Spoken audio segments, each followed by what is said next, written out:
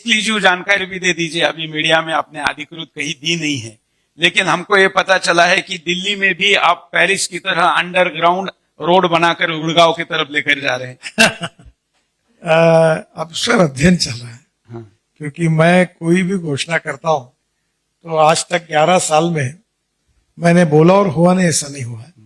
ये एक अध्ययन चल रहा है कि ये जो ताल कटोरा स्टेडियम है उसके बाजू से जमीन से अंडरग्राउंड डायरेक्ट गुड़गांव तक ऐसी टनल तैयार करेंगे 6 और 6 12 लेन की, और जिसके कारण एकदम डायरेक्ट ट्रैफिक निकल जाएगा। तो ऊपर जो धोला कुआं से गुड़गांव तक जो ट्रैफिक है उसमें कमी आएगी।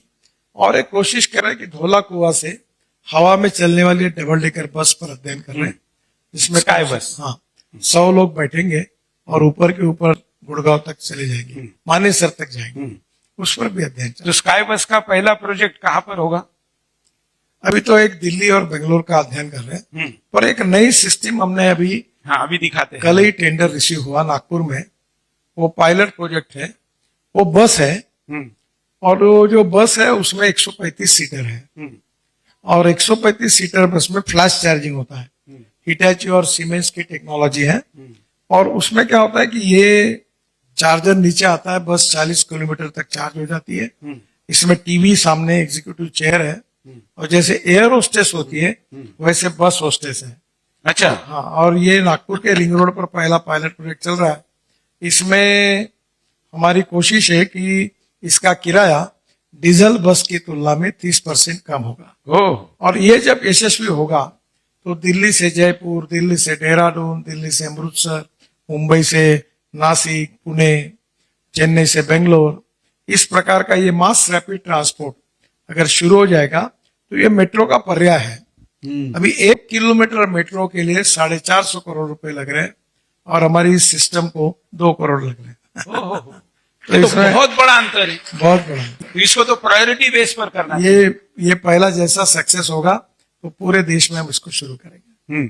आपने अभी दिल्ली के अंडरग्राउंड की रोड की बात की। नितिन जी, पैसे खर्च करे बगैर कैसे काम किए जाते, इसका एक उदाहरण है। मैं आपका एक भाषण सुन रहा था मराठी में, नागपुर में आप दे रहे थे। तो बेंगलोर में ट्रैफिक जाम है और बेंगलोर में आप अंडरग्राउंड टनल बना रहे हैं, तो वो पैसे कहाँ से आएंगे? शायद आपको मुख्यमंत्री ने कहा, तो आपने कहा कि उसके नीचे काफी मार्बल है, उसको बेच के पैसे थोड़ा हमारे दर्शकों को बताए। तो ये तो बंगलोर में देश में सबसे कंजेस्टेड शहर हो गया, तो हम बंगलोर में 17,000 करोड़ का रिंग रोड बना रहे हैं। बंगलोर से मैसूर हमने बना लिया है। बेंगलोर से चेन्नई इसी साल दिसंबर तक पूरा होगा, 2 घंटे में चेन्नई से बेंगलोर होगा। अब बंगलोर के अंदर में रोड की विड्थ बढ़ाने के लिए जगह ही नहीं है, तो हम बंगलोर के अंदर में एक अंडरग्राउंड टनल करेंगे दोनों दिशा में। और वो टनल से करते समय जो ग्रेनाइट है बंगलोर के नीचे में, वो ग्रेनाइट अगर निकलता है तो वो बेचेंगे, उसका फायदा उस प्रोजेक्ट को मिलेगा। देखिए ये और उसके साथ साथ हम लोग एक सैटेलाइट टोल सिस्टम की है, नंबर प्लेट और फास्टैग की। उसमें स्कैनर और कैमरा है, तो अब कहीं रुकने की जरूरत भी नहीं होगी, वो ट्रैफिक जाम से मुक्ति मिल सकती है। इस पर अध्ययन शुरू है। मुख्यमंत्री और उप मुख्यमंत्री कर्नाटक के मेरे पास आए थे, उन्होंने भी आग्रह किया है, मैं कोशिश कर रहा हूँ। नहीं तो ये स्टेट ऑफ द आर्ट वाला भी विषय, मतलब पहले तो रोड बन रहे यही देश के लिए बहुत है, लेकिन अब स्टेट ऑफ द आर्ट का एक उदाहरण कोई मैं भाषण सुन रहा था आपका, गोवा में भी कुछ किया है। गोवा में हमने जुआरी रिवर पर आपने देखा होगा एक बड़ा ब्रिज बनाया, और वो ब्रिज में क्या किया कि जुआरी नदी के अंदर आप नाव में बैठकर जाओगे, शायद उसका डिजाइन आएगा, और कैप्सूल लाइट लगाकर ऊपर जाओगे, तो व्यूअर्स गैलरी बनाई है 2, और वो व्यूअर गैलरी से आप पूरा गोवा और समुद्र देख सकते हैं। वहां मैंने मुख्यमंत्री को जी को काम दिया है वो, तो मैंने उनको कहा कि इसके ऊपर गोवा का इतिहास ये भी एक आप तैयार करिए, एक रेस्टोरेंट भी रखिए, तो ये बहुत ही हर लोग जाएंगे वहां। नीचे में कार पार्किंग है, रेस्टोरेंट्स है, गोवा का फूड है, उससे रोजगार भी निर्माण होगा। और लोगों के लिए जैसे एफिल ये अपना पेरिस का एफिल टावर है, वैसे उसी प्रकार से ये भी बन जाएगा। उसमें कोई हिस्टोरिकल प्रदर्शनी वगैरह भी शायद लगा रहे। हाँ वही गोवा का, क्योंकि लोगों को लगता है गोवा मतलब केवल पोर्तुगीज कल्चर है, जबकि गोवा के कई गोवा मुक्ति आंदोलन का इतिहास बहुत बड़ा है। वो भी मैंने उनको कहा कि इसको आप करिए, जगन्नाथ जोशी, मोहन रानडे, इन सब लोगों ने गोवा के लिए जेल में गए थे। तो ये इतिहास भी नई पीढ़ी को पता होना चाहिए, ये भी हमारी कोशिश है। अब जैसे रोड अर्थव्यवस्था पर असर पड़ता है, तो रोजगार का प्रत्यक्ष क्या पड़ता है? लोगों को लगता है कि रोड तो बन रहे, तो ये उद्योगपतियों को, कंपनियों को उसका प्रॉफिट हो रहा है, लेकिन रोजगार भी तो मिलता है, वो कैसा? आपको सबसे अच्छी बात बताता हूँ, हमने 22,000 करोड़ में बौद्ध सर्किट बनाया, जिसमें जहां भगवान गौतम बुद्ध का जन्म हुआ, जहां उनको ज्ञान प्राप्त हुआ, ये गोवा का है। देखिए, अच्छा, हाँ, ये गोवा वाला है। ये देख के मैं आपको बताऊंगा। हाँ, हाँ, इस पे लिफ्ट से ऊपर जाएंगे। हाँ, ऊपर में व्यूअर गैलरी बनेगी।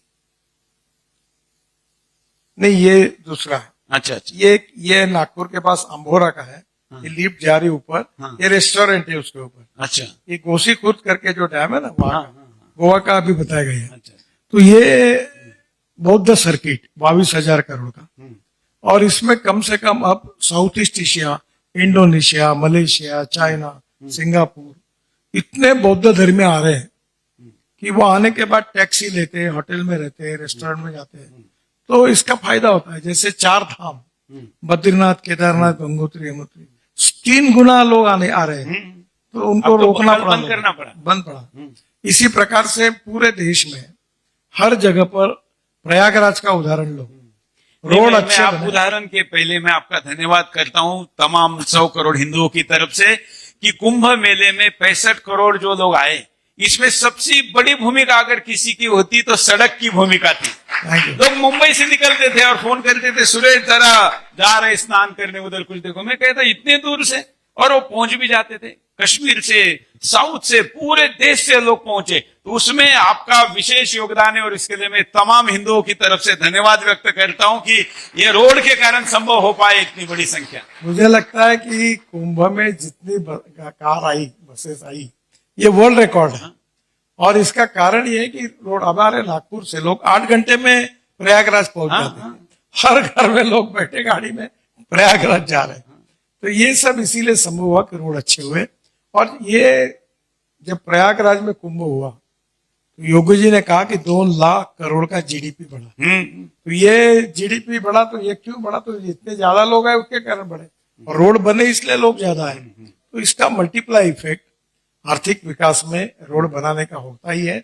और इसीलिए American president John F Kennedy, इनका एक प्रसिद्ध वाक्य मैं अपने ऑफिस में लिखकर मैंने रखा है कि American roads are not good because America is rich, but America is rich because American roads are good.